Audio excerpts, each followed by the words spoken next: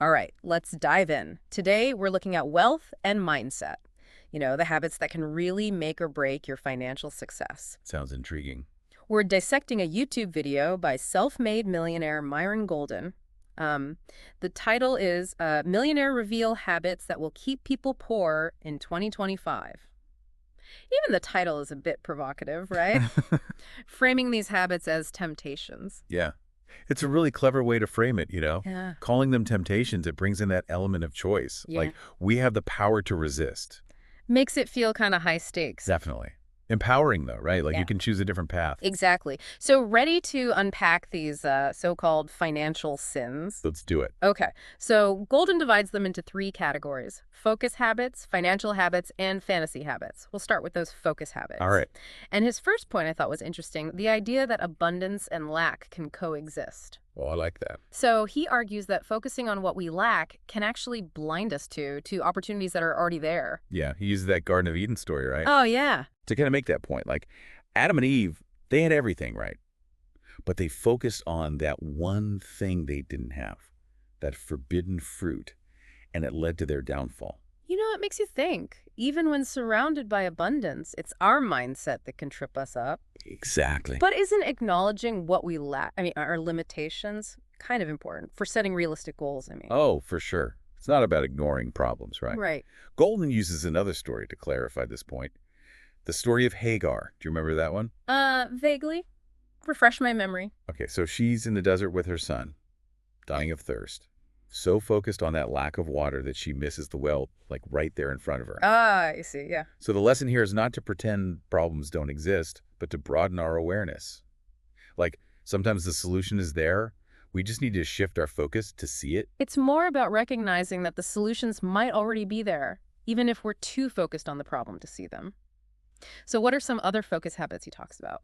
Well, the next one is focusing on our limitations instead of our abilities. Right. He emphasizes that everyone has limitations, but if we dwell on them, it prevents us from using our strengths. It's like he says, everyone has limitations. Exactly. He tells this powerful story, too, about a construction worker with one leg. He just keeps working hard. Yeah, it's really inspiring. It highlights that focus on what we can do. And it plays into his easy hard principle, too. Choosing the easy path now often makes life harder later. But putting in the effort up front, things become easier in the long run. And that applies to so much more than just finances, doesn't it? Oh, absolutely. It really makes you think, what hard things am I avoiding that would actually make my life easier? That's the question. So the last focus habit he talks about is focusing on losses instead of accomplishments. Yeah. He makes the point that even successful people, they experience setbacks. Losses are just part of the journey. Yeah, but they don't let those losses define them. Golden's advice is to, chalk those losses up to experience. Learn from them and move on. Yeah. And don't let fear of failure stop you from pursuing your goals. Okay, so let's shift gears now from those focus habits to the financial habits that he warns us about. All right, what's first? The one many of us are probably guilty of: trading time for money. Oh, the classic 9 to 5. Exactly. And, Golden argues that this approach, it kind of keeps us stuck. In a scarcity mindset. Yeah, Right. because time is a finite resource. Yeah. And inflation's always chipping away at the value of money. Makes sense. So what's the alternative? Well, he's all about building systems that generate income passively. Ah, making your money work for you. Exactly, even when you're not actively working. I like it. Does he give any examples? He does. He actually uses his own book as an example. It generates passive income long after he finished writing and publishing it. Smart. It's about leveraging what you already have, Yeah. skills, assets, whatever. So it begs the question, what systems could you build? What unique skills or knowledge do you have that you could use? That's a good question for our listeners to think about. Okay, on to the next financial habit he mentions. Okay, lay it on me. Trading money for bills. I mean, that's just how it works, right? Well, yeah, on the surface it seems straightforward, but Golden wants us to see this a little differently. Interesting. How so? Instead of just thinking about money as a way to pay bills, he suggests we should be using it to generate more money. Okay, so it's about shifting that mindset from scarcity to abundance. Yeah, exactly. He uses this analogy, too, that I thought was kind of interesting. Think of your earnings as mama money. Mama money. Yeah, and use that to create baby money. You never spend the mama money, only the baby money. Oh, I like that. Such a visual way to think about it, right? Like treating money as a tool for growth instead of just something to spend. Exactly. And that brings us to the last financial habit he warns us about: Hit me with it. trading the future for the present. Ah, instant gratification versus long-term planning. Right. That temptation to indulge now, even if it means sacrificing your future goals. Classic marshmallow test. Right. Golden frames it as indulgence versus sacrifice, those short-term pleasures versus the lasting satisfaction of reaching our long-term goals. And successful people, he says, they get that. They understand the value of delaying gratification. And that willingness to sacrifice in the present to create that better future. It makes you think, what are you willing to sacrifice today to achieve those big dreams tomorrow? Powerful question. Okay, so we've covered the first two categories: focus habits and financial habits. Things are about to get even more interesting as we move into his final category: fantasy habits. And this is where he really encourages us to get real with ourselves. Make sure our aspirations are, well, actually attainable. Can't wait to hear this. Let's get into it. Welcome back. We just finished digging into some powerful ideas from Myron Golden. Those habits that can really sabotage our financial success, these so-called temptations. He really hit on something, didn't he? Oh, he did. Especially how he kept bringing it back to mindset, right? It's not just about like following a bunch of rules. It's about really cultivating a mindset that sets you up for financial well-being. Yeah, being aware of those self-sabotaging thoughts, the patterns that might be holding us back. Absolutely. So should we dive back into those habits, see if we can pull out some practical takeaways for our listeners? Let's do it. Where we start? Well, remember that idea of focusing on abundance instead of lack? Right, that was a big one. Something that gets misunderstood a lot, I think. Oh, yeah. It's not about pretending everything's perfect or just ignoring problems. Right. It's about that shift in focus, looking for the opportunities, the solutions that are already there. Yeah, like that story of Hagar. Yeah. So focused on not having water, she missed the well right there. Powerful image, right? Sometimes the answers are closer than we think. So let's apply this, right? Think about a financial goal you're working towards. Saving for a down payment, paying off debt, starting that business. Yeah. Are you so focused on how far you have to go that you're missing potential opportunities right now? Makes you think. Right. Maybe there's a skill you could learn to boost your income, or a way to cut back on spending that you hadn't considered before. It's about opening our minds to those new possibilities, right? Seeing things from a new angle. Exactly, like putting on a fresh pair of glasses and noticing things you didn't see before. I like that. What about that other focus habit he talks about? Focusing on limitations instead of abilities. Yeah, that one's tough. Mm. It's easy to get caught up in what we can't do, especially, when we're comparing ourselves to others. Social media doesn't help with that, does it? Nope. But, Golden reminds us that everyone has limitations. What sets successful people apart is that ability to focus on their strengths and find ways to work around those weaknesses. Like that construction worker with one leg. Yeah. What a testament to resilience. So it's about focusing on what we can control, not letting those perceived limitations hold us back. And that ties into his easy hard principle too, right? Oh, yeah. It's tempting to choose the easy path, but often that makes things harder down the line. It's all about playing that long game, putting in the work now to create a more abundant life later. So how can we use this principle for our finances specifically? Well, think about it. Maybe it means, putting in some extra hours at work to develop a new skill, something that can boost your earning potential. Or taking the time to really learn about investing. Or even just creating a budget, and sticking to it. Ugh, budgeting. Not always fun. Not always, but it's essential. True. Those choices might feel hard in the moment, but they're paving the way for a better future. Okay, so the last focus habit we talked about was dwelling on those losses instead of celebrating the accomplishments. Yeah, it's so easy to slip into that negativity, isn't it? Especially with money. You make a bad investment, overspend, it can really stick with you. But Golden's point is, successful people, they don't let those losses define them. Exactly.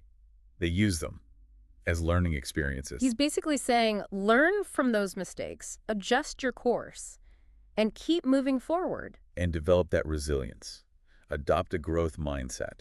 So instead of beating yourself up about past money mistakes, try asking yourself, what can I learn from this? How can I do better next time? Okay, so we've covered the focus habits. Ready to shift gears to those financial Let's habits. do it. All right, first up, we have one that's probably super relatable for a lot of people, trading time for money. The good old 9 to 5. Exactly. You clock in, put in your hours, get that paycheck. But Golden says this approach, while it provides, stability, it can really limit your earning potential. Keeps you in that scarcity mindset, right? Right. So he wants us to think outside of that traditional employment box. Okay, I'm intrigued. What's he suggesting? Finding ways to generate income that isn't directly tied to your time. Uh-huh. Passive income. Exactly. He talked about his book, remember? How it continues to generate income even though the work is done. Yeah. It's like building assets that work for you, even when you're not actively working on them. So the question is, what could you create? An online course, an ebook, a product that sells without you constantly having to hustle. The possibilities are pretty amazing if you think about it. It's about using our creativity, those skills we have, to build a financial future that doesn't require us to be constantly trading time for money. Okay, I'm on board with that. What's next? The next financial habit is, well, it seems pretty basic, but it's trading money for bills. I mean, that's just how it works, right? We earn money, we pay the bills. What else is there? Golden wants us to think about this a bit differently. He says paying bills shouldn't be the only thing we're doing with our money. Okay, I'm listening. He wants us to use money as a tool to actually generate more money. There's that abundance mindset again. Right. Remember his analogy, mama money and baby money? Oh, yeah, that was a good one. You never spend the mama money, only the baby money. It really highlights that shift, seeing money as something to invest and grow instead of just something to spend. All right, ready for the last financial habit? It. Trading the future for the present. Ooh, yeah. Instant gratification versus that long-term planning. That temptation to buy those things or indulge now, even if it means putting off those bigger goals. It's a real struggle. Golden calls it a choice between indulgence and sacrifice, the short-term pleasures, versus the satisfaction of achieving your long-term goals. And he's saying successful people, they get this. They understand. You have to delay gratification sometimes. They're willing to make those sacrifices in the present to create a better future. It makes you think, what are you willing to give up today to make those dreams a reality down the line? It's a question worth pondering. All right, so we've talked about those focus habits and the financial habits that can hold us back. Next up, we're going to dive into his final category, fantasy habits. And this is where he really pushes us to get honest with ourselves. Ooh, this should be good. I'm ready when you are. Welcome back. We've been digging into these habits Myron Golden talks about, the ones that can really, trip us up on our path to financial success. We've covered focus habits and financial habits, and now we're getting into the final category, right? Those fantasy habits. Yeah. These are all about, getting real with ourselves, making sure those big dreams are built on solid ground. Right. Aligning those aspirations with, well, reality. Exactly. He starts off with the dream house fantasy, that picture-perfect home we're all supposed to be working toward. Yeah, it's easy to get caught up in that, isn't it? Especially with, all the media, the advertising, that perfect image they sell. It's everywhere. But Golden's cautioning us, don't get swept up in that dream until you've got the financial stability to really afford it. It's about making sure our desires are actually lining up with our financial reality. He even suggests, live in a sufficient house until you can pay cash for that dream house. Sensible advice. So he does add, and this is the savvy investor in him, don't actually pay cash for it because financing is usually cheaper. Smart. Even when you reach a certain level of wealth, it's still about those smart strategies. Absolutely. But it does raise an interesting question, doesn't it? Is owning that dream house really the key to happiness? Or could that money be better used elsewhere? Right. Maybe it's about investing in experiences or starting a business. Things that truly light you up. It's about, really getting clear on what matters most to you, right? Not just chasing what society tells you to want. I love that. What's the next fantasy habit he talks about? Okay, this one's pretty common too. The fantasy dream car. That status symbol. That sleek, luxurious car. Yeah, that one. His advice is, drive a car you can actually afford. A reliable one. Until you can pay cash for that dream car.